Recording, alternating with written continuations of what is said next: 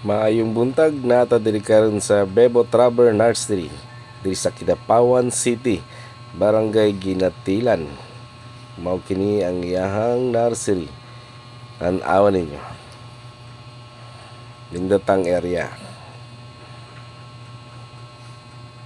Ug mao ni ang iyahang tissue lab. Mao na si Madam.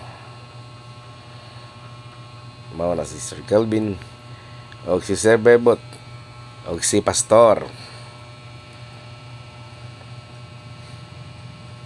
Maliwalas ang area. Tindot bugnaw.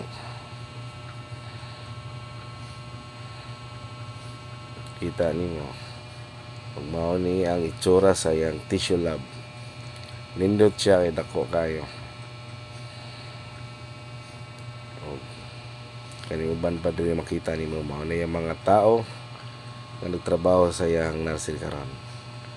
Ug naa sila'y buong crafted sama aning mangustin.